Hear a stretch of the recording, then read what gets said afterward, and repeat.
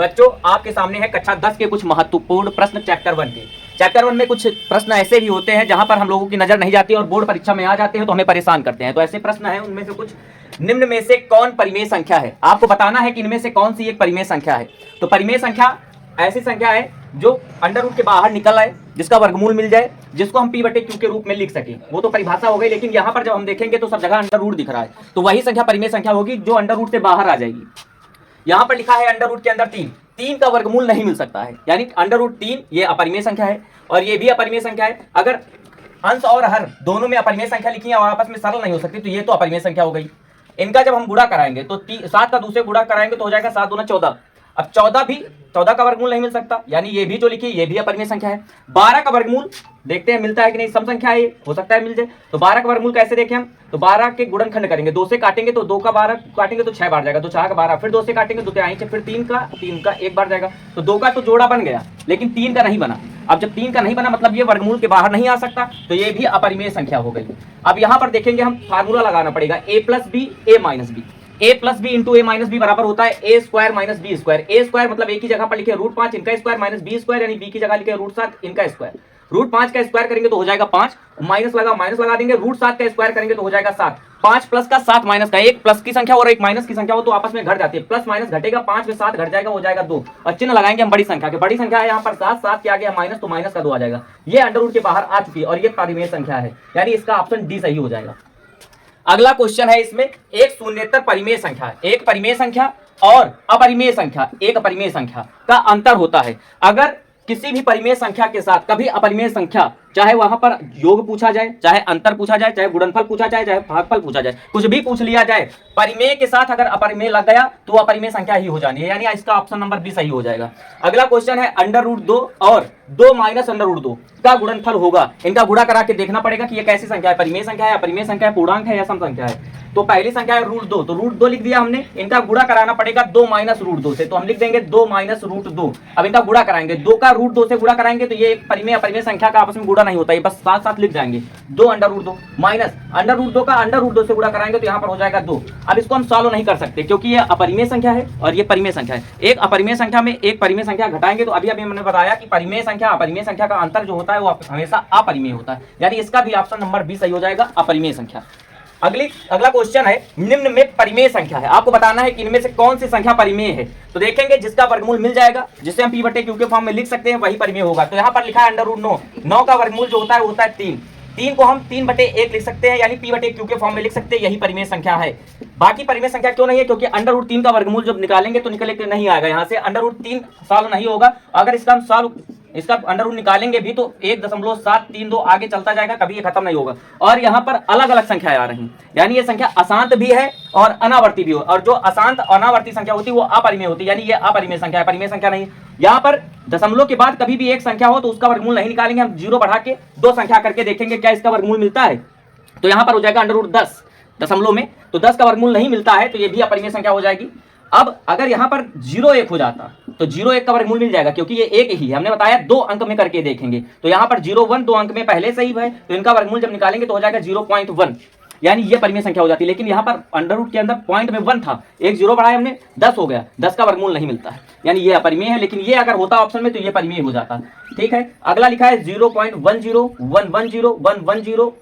यहाँ पर हम देखेंगे कि पहले 1 के बाद 0 आ गया, फिर डबल 1 के बाद 0 आया, फिर 3 बार 1, यानी अशांत है, डॉट डॉट डॉट लगा है, अशांत है। लेकिन अशांत के बाद ये अनावर्ती भी है। अनावर्ती का मतलब होता है कि बार बार वही चीज रिपीट ना होना, तो जब नहीं होती है तो वह संख्या अपरिमेय होती है, ये भी संख्या अपरिमेय हो जाएगी, यानी अपना ऑप्शन नंबर ए सही हो जाएगा। 9 का वर्गमूल होता है 3 परिमेय संख्या है। लास्ट क्वेश्चन है, किसी धनात्मक पूर्णांक q के लिए प्रत्येक धनात्मक सम पूर्णांक का रूप होगा। इसमें पूछ रहा है कौन सा सम होगा। अब हमें करना कुछ नहीं है q के लिए। अब q क्या है, एक पूर्णांक है। q क्या था, एक धनात्मक पूर्णांक था। पूर्णांक जो होता है वो सम भी होता है और विषम भी होता है। तो हम q की जगह 2 वैल्यू लेंगे, एक सम लेंगे और एक विषम लेंगे, और लेकर देखेंगे कि क्या आ रहा है। जैसे हम सम लेंगे, q की जगह 2 लिख लिया और यहाँ पर 3, सब जगह 2 और 3 रख के देखेंगे, 2 3 2 3, कोई भी एक सम और एक विषम संख्या रख के देख सकते हैं, 2 3 जरूरी नहीं है। चलो यहाँ पर हम 2 रख के देखते हैं, तो 2 - 1 जब करेंगे तो आ जाएगा 1, और 3 रखेंगे, 3 - 1 करेंगे तो आ जाएगा 2। यहाँ पर 1 भी आ रहा है और 2 भी आ रहा है। 1 विषम है, दो सम है, लेकिन आपसे पूछा गया है कि हमेशा जो सम रहे वही बताओ, ये नहीं हो सकता ऑप्शन। दूसरा, जब हम यहाँ पर 2 और 3 इसमें रखेंगे तो जब 2 रखेंगे तो 2 + 1 हो जाएगा, 2 1 3, 3 रखेंगे तो 3 + 1 हो जाएगा 4, 3 और 4 क्या ये सम है हमेशा? नहीं, ये भी सम नहीं है। यहाँ पर रखेंगे 2 और 3 तो जब 2 का 2 से गुणा करेंगे तो 4 हो जाएगा, और 3 का 2 से गुणा करेंगे तो 3 का 2 से जब गुणा आएगा तो 6 हो जाएगा। दोनों कंडीशन पर ये सम आ रहा है, यानी यही सम होगा। अब ये वाला क्या विषम है? नहीं, विषम भी नहीं है, ना ये तो सम है ना विषम, ये पूर्णांक निकल के आ रहे हैं। इसमें रख के देखो, तो यहां पर रखिए, देखो 2 का 2 से गुणा कराएंगे तो हो जाएगा 4, 4 में 1 जोड़ देंगे तो हो जाएगा 5, 3 रखेंगे तो 3 का 2 से गुणा 6, 6 + 1 7 हो जाएगा। तो जब 7 हो जाएगा, यहां पर देखेंगे हम, ये 5 भी विषम है, 7 भी विषम। अगर यहां पर सम पूर्णांक की जगह विषम पूर्णांक पूछा गया होता तो ये वाला ऑप्शन सही हो जाता, क्योंकि ये हमेशा विषम दे रहा है, और सम पूछा गया तो 2q सही हो जाएगा, क्योंकि ये 4 और 6 हमेशा सम दे रहा है। कोई भी नंबर हम सम विषम रख के देखेंगे यहाँ पर तो ये हमेशा सम संख्या ही देगा। इसका मतलब जो सम पूर्णांक का रूप होगा वो होगा 2q, और विषम पूर्णांक का रूप हो जाएगा 2q + 1। देखो बेटा, बोर्ड में 2 क्वेश्चन लिखे हैं, समीकरण x - y = 2 और x + y = 2 का हल होगा। और दूसरा क्वेश्चन लिखा है कि ऐसी 2 संख्याएं बताइए जिनका योग 8 है तथा अंतर 2 है। दोनों क्वेश्चन एक जैसे ही हैं, इसमें योग जो दिया है वो 2 दिया है और अंतर भी जो दिया है वो 2 दिया है। यहाँ पर योग 8 दिया है और अंतर 2 दिया है, तो इनको लगाने का ऑप्शन से सबसे सटीक तरीका होता है क्या? वही आंसर होगा इसमें जिनको आपस में जोड़ने पर 2 आए और घटाने पर भी 2 आए। तो जैसे हम यहाँ से x का मान 0 लेंगे, y का मान 2 लेंगे, तो जब 0 में 2 घटाएंगे तो आ जाएगा -2, लेकिन यहाँ पर 2 है, यानी ये ऑप्शन नहीं हो सकता। ये ऑप्शन देखेंगे, x की जगह 2 रखेंगे, y की जगह 0, तो जब 2 में 0 घटाएंगे तो आएगा 2, और 2 में 0 जोड़ेंगे तो भी आ जाएगा 2, यानी यही आंसर सही है। आगे हम चेक भी कर सकते हैं कि बाकी कोई तो सही नहीं है। यहाँ से देखो, जब इनको जोड़ेंगे तो 4 और 2 6 हो जाएंगे, लेकिन वहाँ पर 2 ही है, यानी ये भी गलत हो गया। इनको देखेंगे तो -2 में जब 0 जोड़ेंगे तो आ जाएगा -2, -2 कहीं पर भी नहीं है, ये भी गलत हो जाएगा। इसी तरह से हमको बताना है कि 2 संख्याओं का योग 8 है और अंतर 2, वही आंसर होगा इसमें जिनका योग 8 होगा और अंतर 2 होगा। यहाँ पर देखेंगे इनका योग तो 8 है, 6 2 8, लेकिन इनका अंतर 4 आएगा, 6 में जब 2 माइनस करेंगे तो 4 आएगा, ये ऑप्शन गलत हो जाएगा। 5 में जब 3 जोड़ेंगे तो 5 और 3 8 हो जाएंगे, और 5 में 3 घटाएंगे तो 2 हो जाएगा, यही आंसर इसका भी सही हो जाएगा। 7 में 1 जोड़ेंगे तो 8 आ जाएगा, लेकिन 7 में 1 घटाएंगे तो 6 आएगा, ये आंसर नहीं हो सकता। और यहाँ पर भी 1 में 2 जोड़ेंगे तो भी 8 नहीं आएगा, ये भी गलत हो गया, यानी यही आंसर सही हो गया, 5 का मतलब। चलो भाई ठीक, इधर देखो बेटा, क्वेश्चन है, इसकी माध्यिका निकालनी है। क्वेश्चन में दिया हुआ है वर्ग अंतराल और बारंबारता। वर्ग अंतराल है 0 से 10, 10 से 20, 20 से 30, 30 से 40, 40 से 50, और बारंबारता दी हुई है 2 4 7 3 2।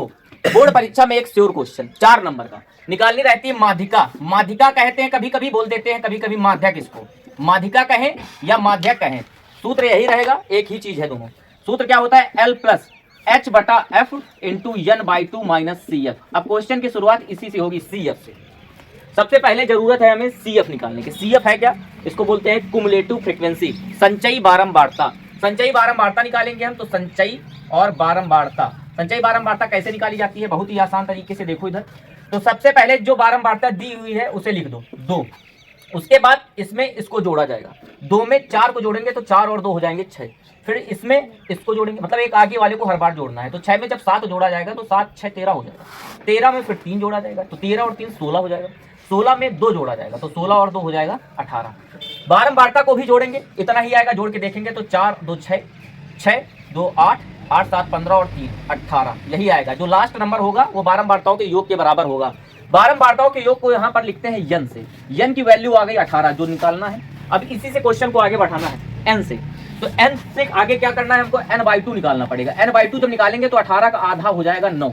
अब इस 9 को ढूंढेंगे हम संचयी बारंबारता के अंदर। यहाँ पर पहले 2 पद होंगे, यहाँ पर दूसरे के बाद यानी तीसरा चौथा पांचवा छठवां पद होगा, और हमको चाहिए 9वां पद, तो अभी नहीं मिला है। अब 13 के अंदर 6 के बाद जो 13 तक के पद होंगे, 7वां 8वां 9वां 10वां 11वां 12वां 13वां, सारे इसके अंदर आ जाएंगे, तो 9 ही है अपना, तो ये आ जाएगा इसके अंदर। इसको हम जरूरी नहीं है कि इसको गोला करें, इसको हमने समझाने के लिए कर दिया है। तो यहाँ पर जो n/2 है वो 9 था, वो आ जाएगा संचयी बारंबारता में 13 के अंदर। कुछ बच्चे कहेंगे कि 16 के भी अंदर आ जाएगा, 16 से भी कम है, तो 16 के अंदर नहीं आएगा। क्यों? क्योंकि 16 के अंदर वही पद आएंगे जो 13 के बाद होंगे, यानी 14वां 15वां और 16वां। तो यहाँ पर तो 9 था, 9 तो इसी में आएगा, 6 के बाद 13 तक सारे पद इसी में आएंगे। तो अब 9 से 13 मिल गया। अब यहाँ से सारी वैल्यू ढूंढेंगे, तो सबसे पहले L को बोलते हैं निम्न सीमा, जो माध्यिका वर्ग है इसको माध्यिका वर्ग बोलते हैं। इसकी निम्न सीमा को L से लिखा जाता है, L का मान है 20।